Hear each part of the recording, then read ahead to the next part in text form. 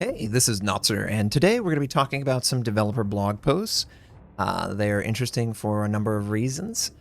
The first being brand new tech tree. The Dutch cruisers will be added to the game, and the Dutch will get their own fleet, which is pretty exciting for me. We also have some more things to talk about with regard to 10.4 and the German destroyer, the alternative 150mm high AP damage DDs that are being tested right now. Plus, there's some interface updates that are kind of interesting, so I want to get into that. But first, of course, let's talk about the Dutch cruisers. Now, this is the first time that I believe Dutch cruisers have been introduced into the game. We have had the Friesland, which has been a Tier 9 premium DD for the Pan-Europeans.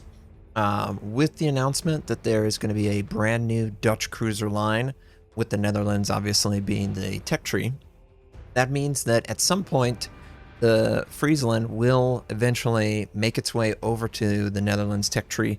And when it does that, I'm not quite sure how the commander is going to end up being, how the commanders between the Pan-European and the Dutch will work out. But let's talk about the cruisers. So, since they are cruisers, it's going to be 1 through 10. Wargaming loves to introduce new factions, new tech trees, new nations with their cruiser line. This could signal that we could get more than just the Netherlands cruiser lines, and honestly, if they're investing in this, I think we're getting at least the DDs. So, we've got cruisers going 1 through 10. We're going to look at the models, and then we'll discuss further down the line. And apologies, I'm going to butcher all of these names. First up, we've got the Tier 1 Van Kinsbergen. It is a small ship. It's a Tier 1. There's nothing here that would suggest that it's going to be anything different than the other Tier 1s. Tier 1 is really just an introduction to the idea of even the concept of playing the game. So there's not a lot of stress on this being a fun experience. So I don't really put a lot of value in the Tier 1. It looks fine. Tier 2, we have the Gelderland. It looks like something out of World War I. It definitely can't maneuver, and it probably has a ton of light cruiser-like gun caliber. I believe and we'll verify this, I think this is 120. I think this also is 120. And then I think it jumps up to 150 with the Java. Tier 2, Gelderland. I don't see any torpedoes. Why would there be? Honestly, I don't think this is going to be a torpedo line because it will have some unique features of it. At Tier 3, we've got the Java. Looks much more like a light cruiser, like an Omaha or a Phoenix, that sort of style. But it doesn't necessarily say that it has torpedoes, although I do think I spy torpedoes right there, maybe. Obviously, I don't have the 3D model to look at, so I can't verify that with my own eyes. But Tier 3, Java. Tier 4, De Ruyter. Now, my understanding is real ship, made up ship. And it's just a continuation of the Java as if they built further into the design. And Tier 4 is also 150mm guns, so once again, still light cruiser. The idea of these guys is they will be using defensive AA, hydroacoustic, and a new armament called Airstrike. And if you've played the previous submarine tests, the Airstrike ends up looking like the battleship anti-submarine depth charge aircraft squadron. I'll show that in a little bit. It's further down this. Tier 5, is it Celebes? Libis? This is once again a continuation on the sort of the idea that the Java, if you continued, you would upgrade into this. And it's the same light cruiser caliber. We'll get into the number of guns. At Tier 6, we've got the Kitdoon. Kitdoon.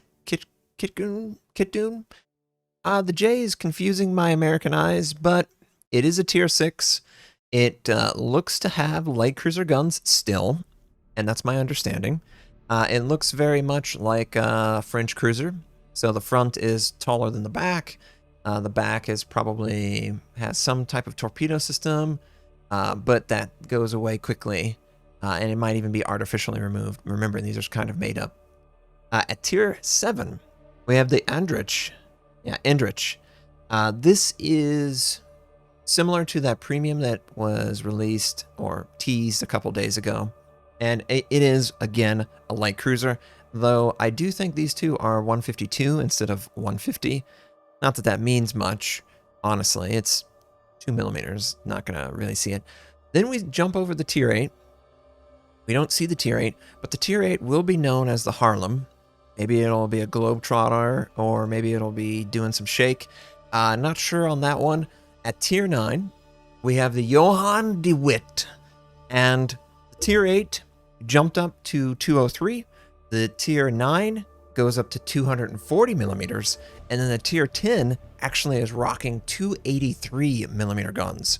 The idea of the Dutch cruisers is they kind of go all the way up to super cruiser for competitive and for high tier. Super cruisers, we got the Puerto Rico, the Alaska, the Stalingrad. They've got large gun caliber, but unfortunately for that large gun caliber, you do have to make sacrifices. One of the sacrifices that these guys have to make, they have a 60-second fire duration. They don't have the short duration fire that other cruiser lines get to experience because they are a super cruiser, and this is one of the penalties that super cruisers get. But Johann is the Tier 9, looks pretty low, honestly, very thin. And then the Tier 10 is the Golden Louis, Golden Leo, maybe Leo. Anyway, Tier 10, it's got 2 of the anchors on the front. I guess it has 4. These guys do too. Oh, interesting. So the 9 and 10, you can pretty much see that the 9 is just 10. This is the prototype, and this is the refined. They will be entering the game in 10.5 for testing, and they will be identified as a European ship for testing purposes. After 10.5, then they will be separated out into the Netherlands. So these were developed by the Netherlands so they could defend their East India trade route.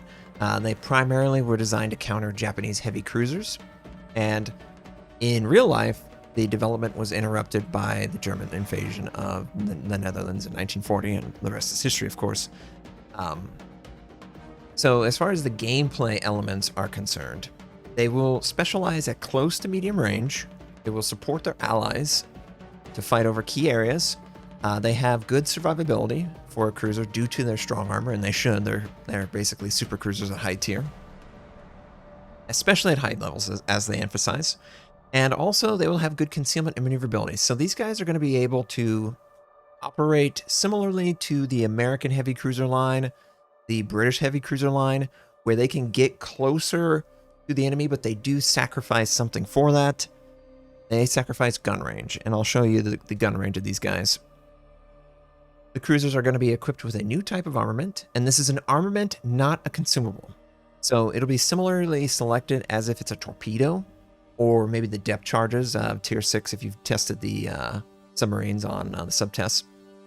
And I'll showcase what it actually is going to end up looking like. And then they have big gun caliber. That characteristic will unfortunately cause them a long duration fire.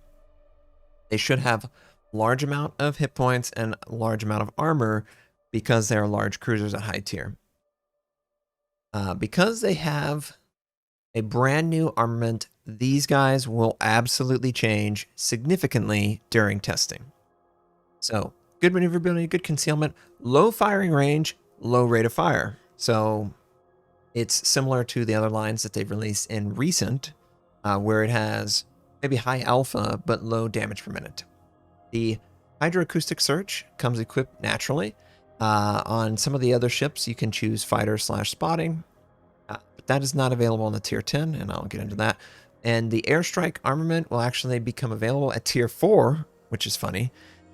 It's not as easy to use at Tier 4, but it'll be introduced at Tier 4.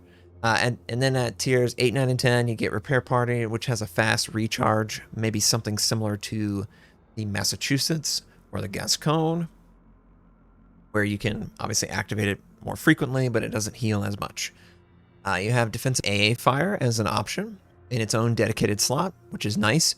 Honestly, Super cruisers really suffer in lack of AA, and I don't think that these guys will.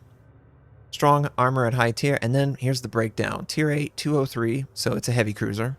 At Tier 9, 240, bordering on super cruiser, and then Tier 10, 283, it's a super cruiser at that point. Also, they note in 10.6, the Friesland will be released, moved over from the European nation to the Netherlands nation. So Airstrike. Airstrike as a mechanic is a completely different design compared to what you're probably familiar with in the game. But having said that, if you have tested the submarine test and tried out the depth charge aircraft squadrons for battleships, it's pretty much the same concept. You will be able to select not one, but it looks like 2 charges at Tier 10. We'll see at other tiers. But you'll have 2 potential attack strikes that can queue up in a charge mechanic. So this is kind of cool because, you know, you could choose not to use this for a long period of time, have both charges stored up, and then use them back to back on an area, maybe smoke, for example, or a large battleship. And you can sort of blanket it with some damage output, which is nice. The bombs will descend at a certain distance, and then they'll activate a parachute, which will obviously activate a little bit after. And they'll fall without the parachute. So it's going to be a short duration parachute that will maybe line it up so it can drop, and then it will break free from the parachute and then drop on the target. Apparently the buildup is slow, so you'll call this in and maybe like 15 or 20 seconds later, they'll actually try and drop on the target. It is high explosive. The distance from the ship that you can operate is 8 to 10 kilometers. 8 probably being at Tier 4, 10 probably being at Tier 10. It might change, obviously. You can kind of see the way it is depicted. You have these attack paths that you can kind of control with your cursor, so the approach isn't like set 100%. You can kind of tweak it and dial it in to the type of target. And of course, you'll drop on the target and do damage, and it'll do sort of like a cascade effect as the target moves through. He will have to sort of outrace it or move out of the way, otherwise he'll be caught up by the bombs. And this is another shot of the bombs. Looks pretty cool with the parachutes activated, but they'll disappear and then they'll drop at full speed after a point. But they're pretty low in the water. You know, I don't think they're going to drop much more. On top of all these ships, we've also got the Congress. It's going to be a Tier 8 Alaska, is how they're selling it. I don't know much about the Congress, if this was ever a real thing. It looks like it's a project, a predecessor of the Alaska project. Obviously, it's funny that the Alaska was removed. No longer available for sale. This is a Tier 8. It will be equipped similarly. Repair party, hydroacoustic, or defensive, surveillance, radar, fighter, or spotting in the 3rd slot. So very much like the Alaska, but it probably will have softer armor or something like that. It'll kind of ride that line between a cruiser and a battleship. It does get a heel though, so a Tier 8 American cruiser with a heel is appealing. There's not as many of those as you would hope. So yeah, we'll see how the Congress works out. And there's another premium. This is the Zeven province. This is the Tier 8. This is a light cruiser that was laid down before the outbreak of the war and was honestly completed in the 1950s and modified extensively. It looks much more modern than World War II. It uses 152mm guns. It's got a specialized repair party, an engine boost consumable, and an airstrike armament. So this is kind of a weirdness. It's supposed to flank quickly, activate the engine boost, and maybe get in range to use your airstrike. We'll see how effectively that works out. Here are all of the ships that we talked about. So the Tier 1 Dutch, it's got 120mm, and there's nothing really different about it. It's a Tier 1. 120 once again, Tier 2. Nothing really that different about it. I will say that the surface detectability base is pretty good. Like, these guys are going to be very concealed for cruisers. The Tier 3, the Java, jumps up to 150. You get 10 of them. It has 24,500 hit points, a firing range of 12.7 kilometers. Very shallow. There is no aircraft spotting to extend that out, so 12.7 is what you get. You can't extend it out any more than that. Surface detection, 9.7. AA starts to ramp up pretty nicely. The Sigma's actually pretty good, 2.0. These guys are supposed to be accurate because their rate of fire is below average. Tier 4, DeRuiter, it has 150 as well. Its AP damage is actually very similar to that of a German. So we'll see how much is, shared between the two factions.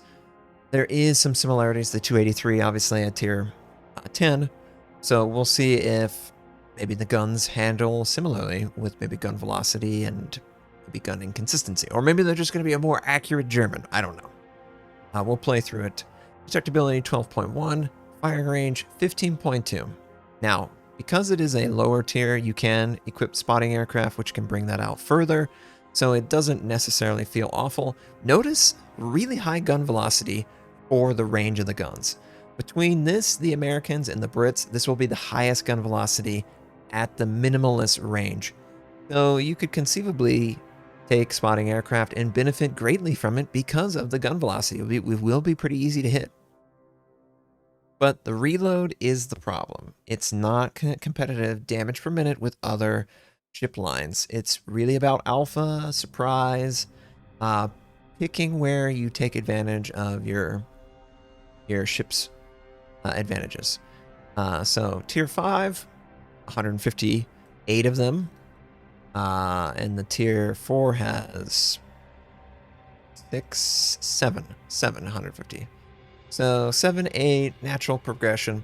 Notice the gun range drops down 14.1. Concealment doesn't get much better. 12.2, 12.1. It's no better. But the AA is consistently above average. This is where the Dutch are probably going to shine. They will be something that people are excited for. You don't actually get defensive AA until you're tier 8. So that's kind of a disappointment.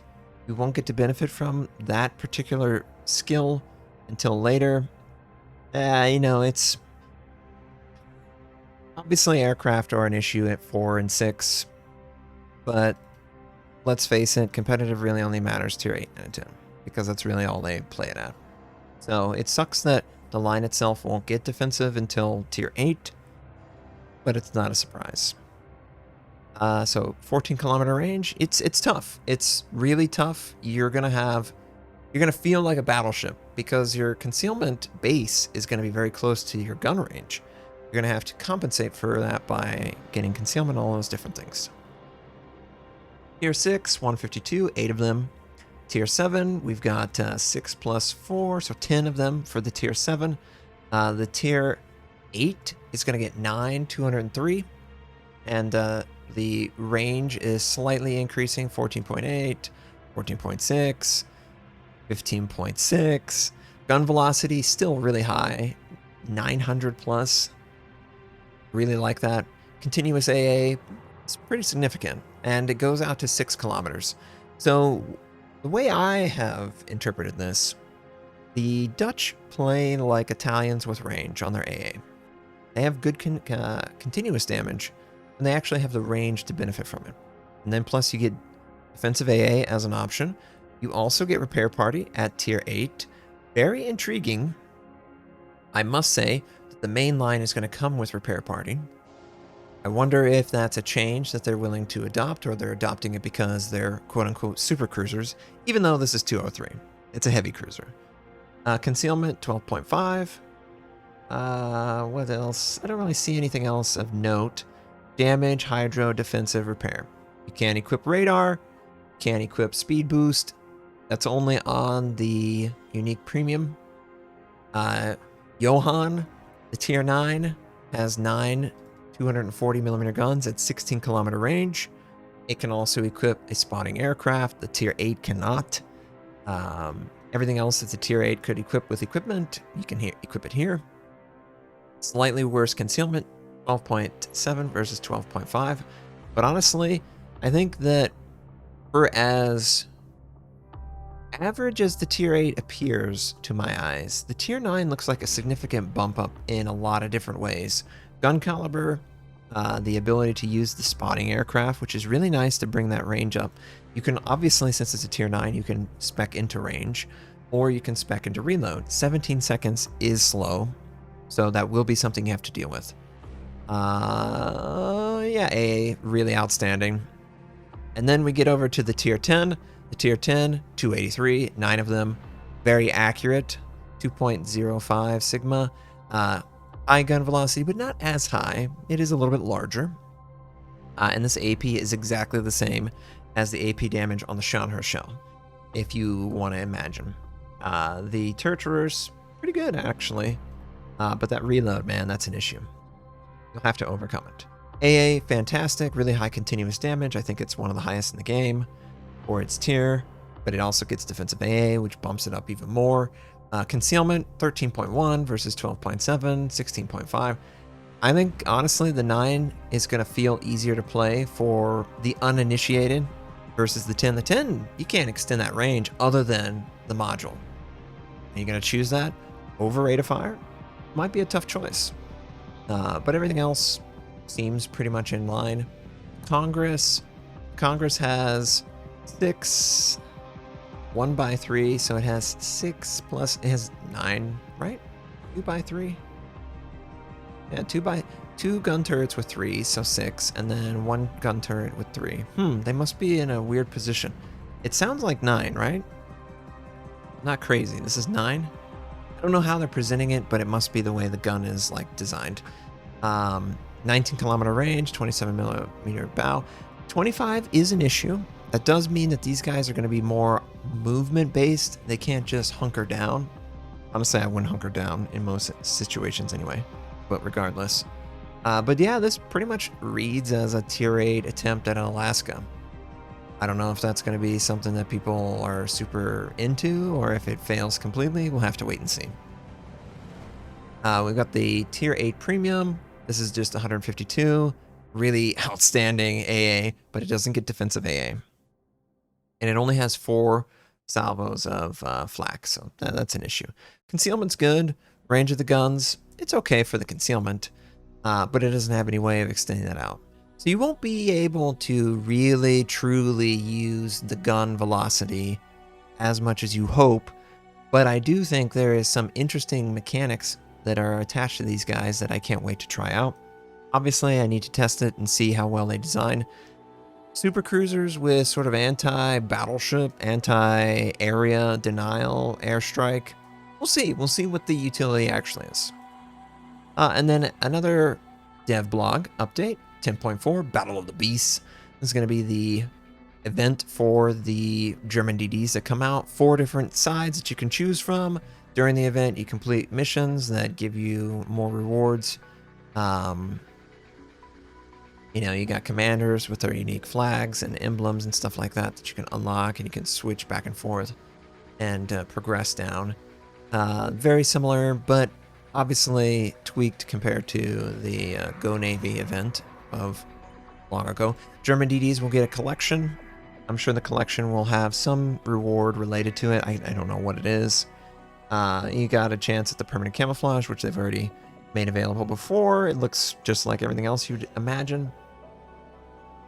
But then, let's talk about this real quick. I don't think that everyone understands fully what this is. Auction. There are many special items in our game. In Update 10.4, we are adding a new way to obtain collectible content. The auction, where various rare goods will become available. Besides the collecting aspect, the auction will also serve as an additional way to replenish stock of resources and other in-game items.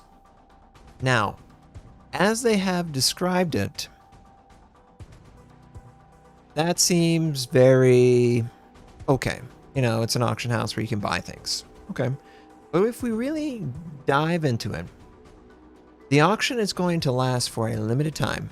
So this is very similar to something like the black market in World of Tanks or World of Warships or World of Warcraft, where an item will randomly appear and it might be really valuable or it might be completely meaningless. And people will be bidding against you to get this item, and there'll be a limited amount of it available. So you'll have to come prepared to bid high enough that you're not just playing. This is something interesting because this does open up a way to get some of the premium skins that no longer are available in the game. Like the All-American skin that I use on the Des Moines. Maybe from the depths for the Bismarck. I think this is a great opportunity to make those available to people who play the game. Now, they say a lot of announced auctions, starting price, and number of winners will be known when the auction is available. So it'll tell you how many people can actually win this. It'll give you an opportunity to place a bet. The summing of the auction, the bets will no longer be accepted, and obviously whoever wins the auction, their bets will go through. If your bet didn't go through, you'll get a refund, maybe in a mail. I don't know how it's going to come through, but it'll come through. They'll get the reward, and bidders won't. You can change the size of the bet. Obviously, it's clearly designed to get people to gamble away some of their currency in hopes of getting higher value items. It has limited numbers, so their example is if 500 people match each other's bid, and there's only 500 of these flags or consumables or whatever, each person will get one. So it's not like, you don't want to try and share your bid with others. You want to beat them so you can get all 500. It's to discourage people from, everyone getting the same thing, I think. And then we have the achievement interface update. Now, pay attention to what they're doing here. In 10.4, the interface for the achievement will be updated. So it'll appear differently.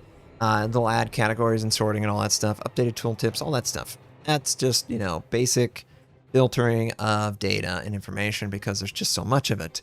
Now, they have disabled rewards for obtaining achievements. Now rewards can be obtained by completing special chains of combat missions, for the completion of which you need to receive the achievement in battle. So, in layman's, when you earn that Kraken Unleashed, you don't get those 10 flags from earning that Kraken Unleashed. When you earn the Kraken Unleashed, it gives you the privilege to then complete a combat mission that is further required after the fact. I don't know why they chose to do it this way. I don't like this because when you achieve some of these achievements, there's not going to be a reward immediately associated with it. The reward is from grinding out the chain combat mission. I don't like that. I think that's a lot of extra work for a reward that you deserve when it occurs in battle. So I disagree a lot with this. I just have concerns that this is going to be a way to slow people down so they can't get so many rewards, or I don't know. Maybe they felt like there was too many rewards and they want this as an excuse to take away the 10 flags or whatever. I don't like it. It just smells like they're taking away something from the player that maybe they are used to. They built up this expectation and now it's not going to be available. I wish that they would consider not making this change, but I also want to see what their combat mission rewards intend. Maybe there'll be better rewards. I don't know. Clan battles are going to occur May 26th through July 12th. It's 7 versus 7, tier 10, aircraft carrier, no more than 2 battleships. Pretty standard. Rank battles are going to continue. Season 3 starts May 19th. Same format as before. Bronze will be tier 6 and 7. Oh, actually, bronze is going to be tier 6 and 7. Interesting. Tiers 8, 9, and 10 will be Silver League, and then tier 10 will be exclusively Gold League. There will be a brawl from June 7th to June 14th. It's going to be including arms race, 12v12. I'm going to assume that it's going to be some event related to D-Day, but we'll see. Brand new Shikishima skin, Ice Serpent. Kind of looks like the New Year's camouflage from like 2016 or 2017. And then we got some permanent camouflage. Agincourt. It's got some wave action with some iron steel. Looks pretty cool, honestly. Tiger 59, get some stripes. It's a tiger. Weimar, tier 7, looks pretty nice and clean lines. Really like that. Koenig Albert gets this blue smokestack, and it also gets the wave action on the side. Really love the wave action appearance. And then there's going to be an expendable Battle of Jutland. So I think that the Battle of Jutland might be related to the Brawl. That's my guess, maybe. It looks cool, you know, no problem with that. There's some unique flags and emblems that are very German and British, and I love it. Looks good. Beautiful game, patches for soccer, or football. We'll see on that one. But overall, the dev blog stuff that we've been able to see, you know what? I'm really excited to see a line that seemingly is going to be a super cruiser line and is incorporating the airstrike mechanic. We'll have to see how that goes. Obviously, there's a lot of testing that will need to occur before we really understand what's going on with the Dutch cruiser line, but I can't wait. I'm all in on new stuff to play with, so hopefully you guys are excited. In the comments, leave your thoughts on everything that you saw, and you know what? I hope you all have a fantastic day, and I'll catch you next time.